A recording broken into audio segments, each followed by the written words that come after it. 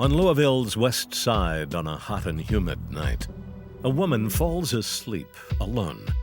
Just before 6 a.m., she's awakened by a stranger in her bed. He fondled me and stuff. I knew what was going to happen. He made it point blank that he wasn't going to take no for an answer because he hit me with that stupid flashlight. Lisa Leach is blind, so the attacker will always be faceless to her. Leach can, however, sense bright lights.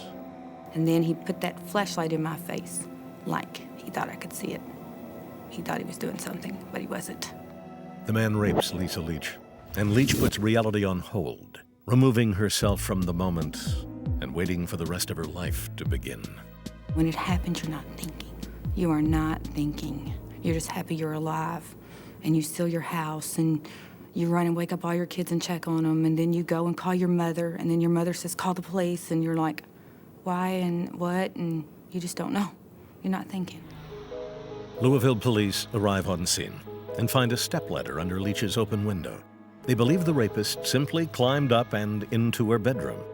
At a local hospital, a nurse collects semen and sends it to the crime lab. Lisa Leach awaits the results. Initially, yeah, I thought it was going to be real quick.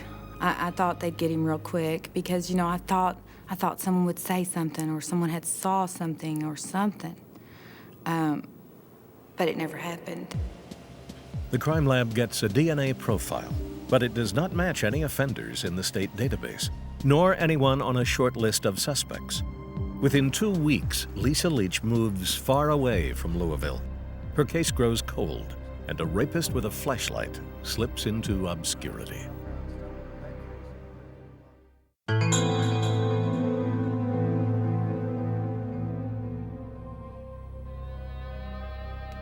May breezes waft through Louisville's Germantown neighborhood, a blue-collar quarter where everyone knows their neighbor and many sleep with windows open. Michelle Steinmacher is fast asleep when she's awakened by an intruder. I was sleeping on my stomach, and he was practically like on top of me and had my arms tied behind my back with my belt and had a pair of pants of mine strangling around my neck. That's the first thing I ever knew. Steinmacher is gasping for air and can neither scream nor fight. The man drags her to the floor and rapes her with such violence that Steinmacher fears she will not survive the attack. The rapist leaves, and Louisville police arrive at the scene. Steinmacher tells them her attacker had a flashlight. In my face.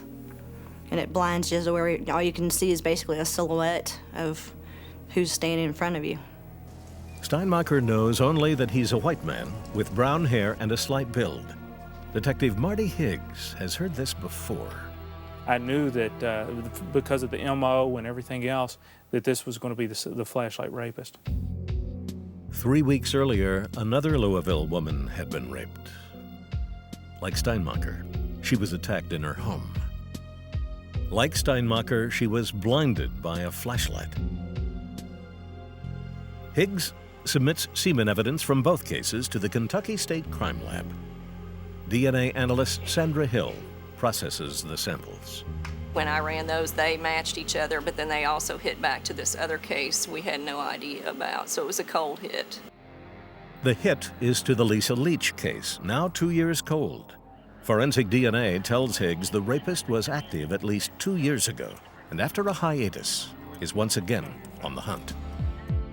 By summer's end, DNA confirms at least 4 sexual assaults to be the work of the flashlight rapist.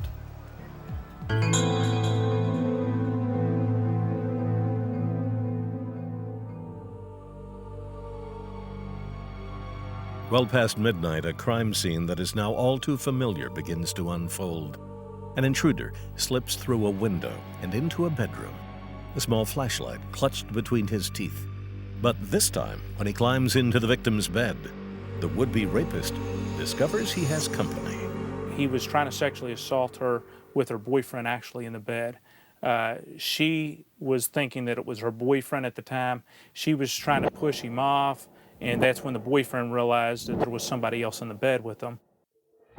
The boyfriend chases the attacker out of the house, but the intruder makes good his escape. In the kitchen, however, he has left something behind. We were able to actually find a small flashlight left at the scene, of this particular attempt sexual assault.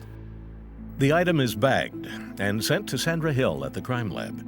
If the rapist carried the flashlight in his mouth, he might have left some saliva and his DNA behind. And I tested the swabs as well as the flashlight for saliva.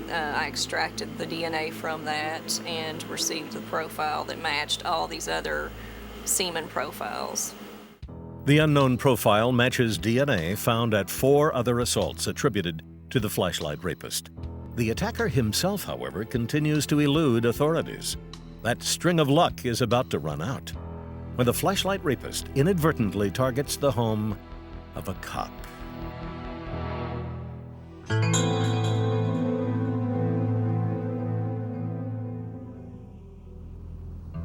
In a 3-bedroom house on the edge of Louisville, a man works late into the night.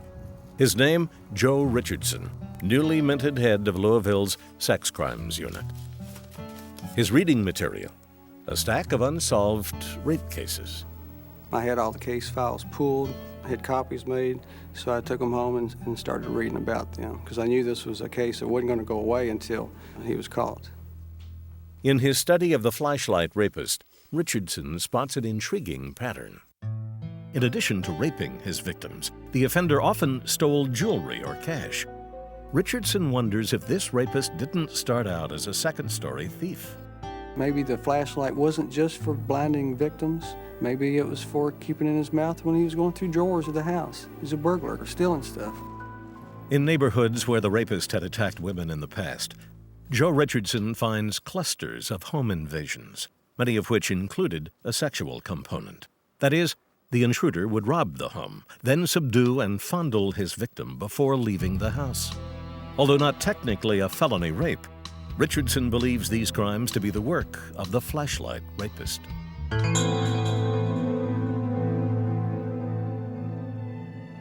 Bill Stivers is a Louisville detective.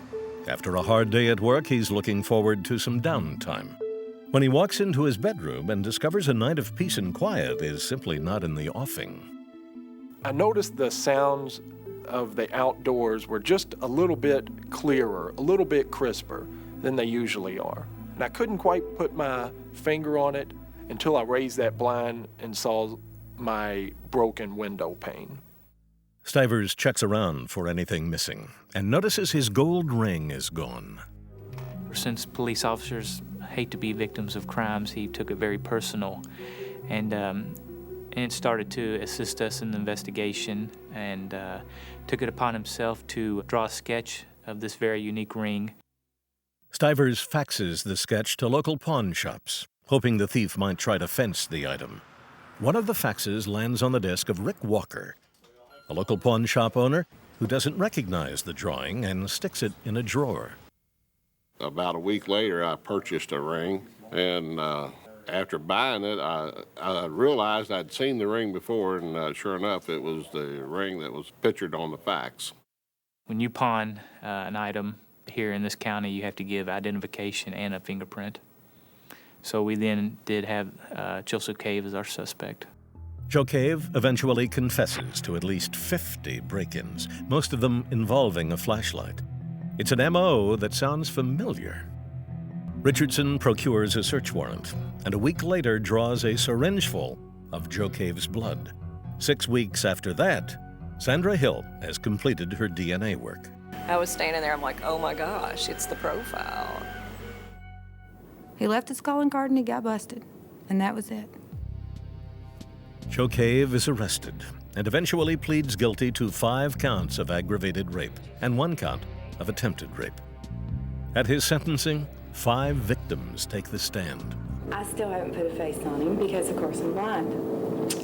And being secure for me has always been a big thing. And I do not have that anymore, period. The judge sentences Cave to life, but with the possibility of parole in 20 years. The sentence is not enough for Lisa Leach, who is already planning her trip before the parole board. If I have to go in there and be the most pitiless blind woman in the world to make them keep him, I swear I will. Some victims we're thinking about in 20 years, they'll go in front of the parole board to testify against him too. But in 20 years, we don't have to worry about this guy in our community. And these victims don't have to be fearful that the same guy might come back and attack them. So I think we all won and Joe Cave lost.